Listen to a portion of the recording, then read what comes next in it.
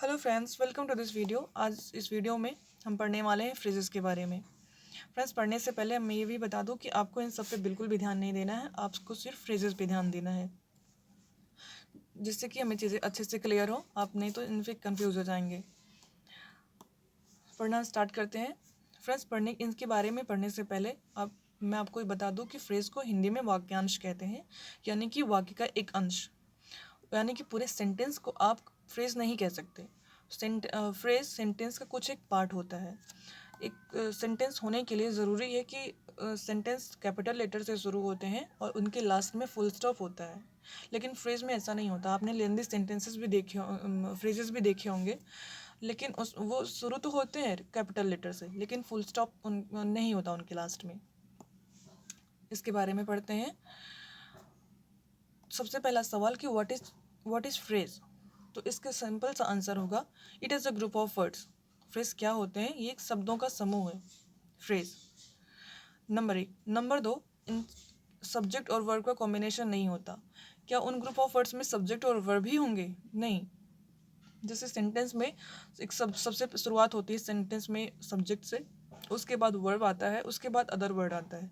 लेकिन उस सेंटेंस में आप सब्जेक्ट और वर्ब को अगर हटा दें तो बाकी चीज़ें वो एक फ्रेज कहलाती हैं।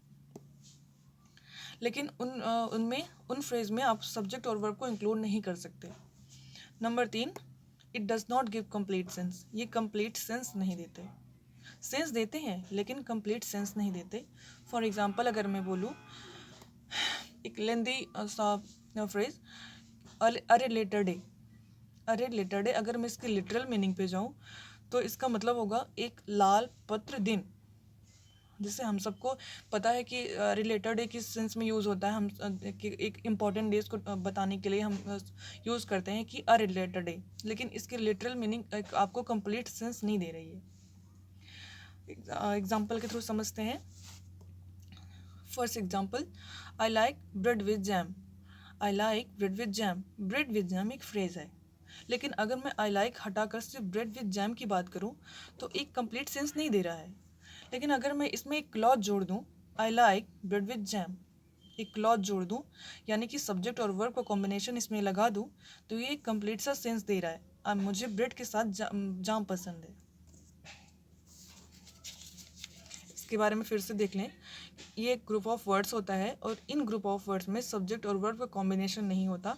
Number 2। Number 3, it does not give complete sense. ये कभी भी कंप्लीट सेंस आपको नहीं देंगे। सेंस देंगे लेकिन कंप्लीट सेंस नहीं देते। अब बात करते हैं टाइप्स ऑफ फ्रेजेस की। मेनली ये 5 तरह के होते हैं: noun, adverb, adjective, verb, adjective, adverb, prepositional phrase. सबसे पहले नाउन फ्रेज की बात करते हैं। फ्रेंड्स, नाउन फ्रेज मतलब जैसे कि अगर इसे अलग अलग करें, नाउन अलग है, फ्रेज अलग है। जो जैसे सेंटेंस में नाउन का काम क्या होता है, पूरे पार्ट्स ऑफ स्पीच में नाउन का काम क्या होता है? नाउन या तो सब्जेक्ट बनते हैं सेंटेंस में, या तो ऑब्जेक्ट का काम करते हैं, नाउन प्रोनाउन। तो उसी तरह जो काम नाउन का है, अगर वही काम नाउन फ्रेज करे, यानी कि कुछ ग्रुप ऑफ वर्ड्स करे, तो वो एक नाउन फ्रेज कहलाएगा। या तो नाउन फ्रेज कभी भी सेंटेंस में सब्जेक्ट का काम करेंगे या तो वो ऑब्जेक्ट का काम करेंगे। जैसे इस वाले सेंटेंस को आप देखें, I love my beautiful daughters. I love my beautiful daughters. My beautiful daughters एक फ्रेज है। इस सेंटेंस में माई ब्यूटिफुल डॉटर्स यानी कि नाउन फ्रेज ऑब्जेक्ट का काम कर रहा है। अगर मैं लिखती आई लव डॉटर, मैं बेटी को प्यार करती हूँ, तो डॉटर एक नाउन होता। ऑब्जेक्ट इस सेंटेंस में नाउन केवल डॉटर एक नाउन होती, लेकिन मैंने लिखा माई ब्यूटीफुल डॉटर्स। इनको और अच्छे से डिस्क्राइब करने के लिए मैंने माई ब्यूटीफुल पर जोड़ दिया है, तो ये एक नाउन फ्रेज बन गया। यानी कि इस सेंटेंस में नाउन फ्रेज एक ऑब्जेक्ट का काम कर रहा है। नंबर 2 वाले सेंटेंस में देखते हैं, the women near the window shouted loudly. The women near the window shouted loudly. अगर मैं बात करती द वुमेन शाउटेड लाउडली, अगर मैं नियर द विंडो को हटाकर इससे केवल द वुमेन लगाती तो ये एक नाउन होता। लेकिन मैंने इसको अच्छे से और डिस्क्राइब करने के लिए मैंने नियर द विंडो भी इसमें जोड़ दिया है। सो ये एक नाउन फ्रेज है और इस वाले सेंटेंस में नाउन फ्रेज सब्जेक्ट का काम कर रहा है। वर्ड फ्रेज की बात करते हैं। तो वर्ड फ्रेज में कोई भी सेंटेंस में हेल्पिंग वर्ब और मेन वर्ब के कॉम्बिनेशन को वर्ब फ्रेज कहा जाता है। कोई भी सेंटेंस आप देख लें, जैसे अगर मैं लिखूँ he has been reading a book, तो इस सेंटेंस में वर्ब फ्रेज आपको सिर्फ मिलेगा, जैसे मैंने अभी बताया कि मेन वर्ब और हेल्पिंग वर्ब के कॉम्बिनेशन को कहते हैं। तो हैज़ बीन हेल्पिंग वर्ब हो गया प्लस रीडिंग मेन वर्ब हो गया। तो इस सेंटेंस में वर्ब फ्रेज का काम ये हैज़ बीन और रीडिंग कर रहे हैं। वर्ब फ्रेज और कुछ भी नहीं है, ज़्यादा इंपॉर्टेंट नहीं है। तो सब हम बात करते हैं एडजेक्टिव फ्रेज की। जो काम एडजेक्टिव पूरे पार्ट ऑफ स्पीच में विशेषता बताने वाले केवल दो पार्ट ऑफ स्पीच होते हैं, एक एडजेक्टिव एक एडवर्ब। एडजेक्टिव का काम होता है नाउन और प्रोनाउन की विशेषता बताना, और एडवर्ब एडजेक्टिव की भी और वर्ब की भी और खुद एडवर्ब की भी विशेषता बताता है। पूरे पार्ट ऑफ स्पीच में सिर्फ दो पार्ट ऑफ स्पीच होते हैं, एक एडजेक्टिव एक एडवर्ब। तो एडजेक्टिव का काम है विशेषता बताना नाउन और प्रोनाउन की, लेकिन उसमें अगर पूरे सेंटेंस में विशेषता बताने का काम एक ग्रुप ऑफ वर्ड्स करें तो वो एडजेक्टिवल फ्रेज कहलाते हैं।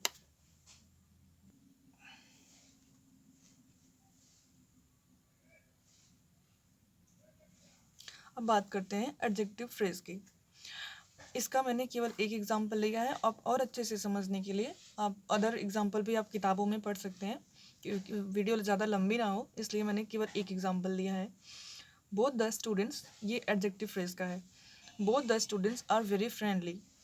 अगर बोथ द स्टूडेंट्स इस वाले सब्जेक्ट का ये very friendly group of words है, इसकी विशेषता बताने का काम कर रहा है, क्योंकि बोथ द स्टूडेंट्स, वो दोनों स्टूडेंट्स एक सब्जेक्ट है।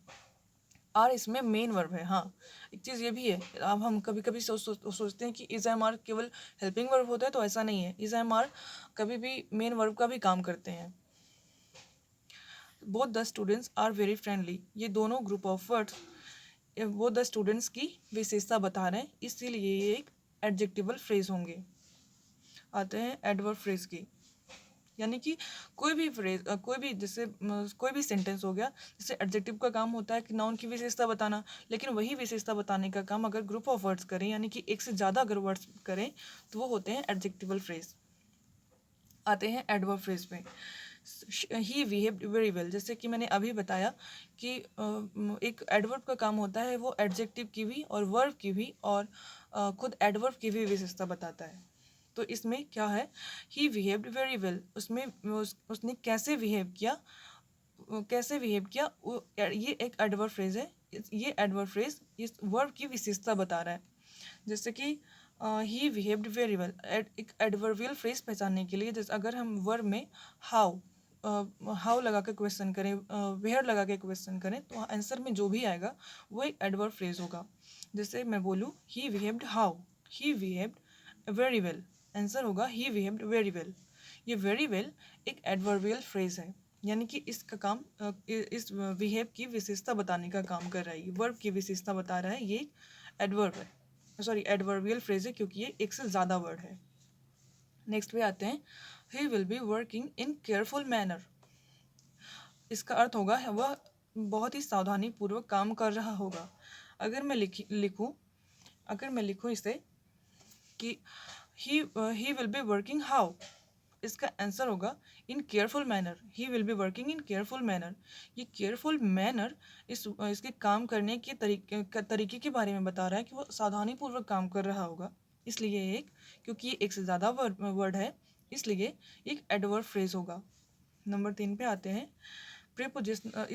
तीन पे नहीं, लास्ट पे आते हैं, prepositional phrase. He is sleeping on the carpet. जैसे मैंने एक चीज़ ये नोट करने की बात है कि जैसे मैंने अभी बताया कि एडजेक्टिव फ्रेज का भी वही काम होता है जो सेंटेंस में जो काम एडजेक्टिव का होता है, नाउन फ्रेज का वही काम होता है जो काम नाउन का होता है, एडवर्ब फ्रेज का भी वही काम होता है। बट एक चीज़ इसमें नोट करने वाली बात ये है कि प्रेपोजिशनल फ्रेज का वो काम नहीं होता सेंटेंस में जो काम प्रेपोजिशन का होता है। जैसे प्रेपोजिशन सेंटेंस में पोजीशन बताने का काम करते हैं। जैसे अगर मैं बोलूँ कि the book is on the table, किताब मेज़ पर है।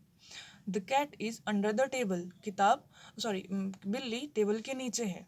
यानी कि चीज़ों के पोजीशन के बारे में बताते हैं प्रीपोजिशन। लेकिन प्रीपोजिशनल फ्रेज का काम नहीं है कि वो चीज़ों के पोजीशन के बारे में बताएं। प्रीपोजिशनल जो फ्रेजेस होते हैं सेंटेंस में एक एडजेक्टिव या फिर एज अ एडवर्ब काम करते हैं। एग्जाम्पल के थ्रू समझते हैं। जैसे लिखा है इसमें, he is sleeping on the carpet. He is sleeping on the carpet. वह कारपेट पे सो रहा है। ये एक चीज़ और भी है प्रीपोजिशन पहचानने के लिए कौन सा फ्रेज प्रीपोजिशनल फ्रेज है। पहला तो ये प्रीपोजिशनल फ्रेज सेंटेंस में एज अ एडजेक्टिव या फिर एज अ एडवर्ब काम करेगा। लेकिन तो हम ये कैसे पहचाने कि जो एडवर्ब फ्रेज होगा वो प्रीपोजिशनल फ्रेज उसे भी कह सकते हैं क्या? तो उसकी पहचान हम इससे करेंगे कि प्रीपोजिशनल फ्रेज कभी भी प्रीपोजिशन से स्टार्ट होगा। जैसे अगर मैं लिखूँ यहाँ पे, अभी आपने देखा होगा कि the women near the window, ये अगर द वुमेन को भी मैं नियर द विंडो में अगर जोड़ूँ तो एक नाउन फ्रेज का काम कर रहा है। लेकिन अगर मैं द वुमेन को हटा दूँ कि नियर एक पोजीशन बताने वाला एक वर्ड है, लेकिन क्योंकि ये 3 वर्ड है इसलिए आप इसे फ्रेज कह सकते हो। लेकिन शुरुआत इसकी एक हुई है नियर से। नियर एक प्रीपोजिशन है तो आप इसे प्रीपोजिशनल फ्रेज कह सकते हो। ओके,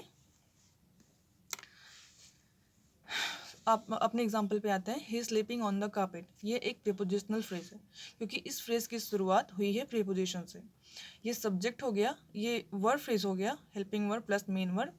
और ये वाला फ्रेज ऑन द कारपेट एक प्रीपोजिशनल फ्रेज है। सेकेंड पे आते हैं, ही always speaks in loud voice. He always speaks in loud voice. वह हमेशा तेज आवाज़ में बोलती है। ये एक प्रीपोजिशन है। और इसके आगे जितने भी वर्ड्स हैं ये ग्रुप ऑफ वर्ड्स एक प्रीपोजिशनल फ्रेज हो गए। ओके फ्रेंड्स, उम्मीद है आपको ये पूरा भी चैप्टर आपको, मेरा मतलब है पूरा टॉपिक आपको समझ में आया होगा। और अगर आपको समझ में अच्छे से आया है तो ये इस वीडियो को लाइक करें, मेरे चैनल को सब्सक्राइब करें और शेयर करें। मिलते हैं नेक्स्ट वीडियो में। Thank you.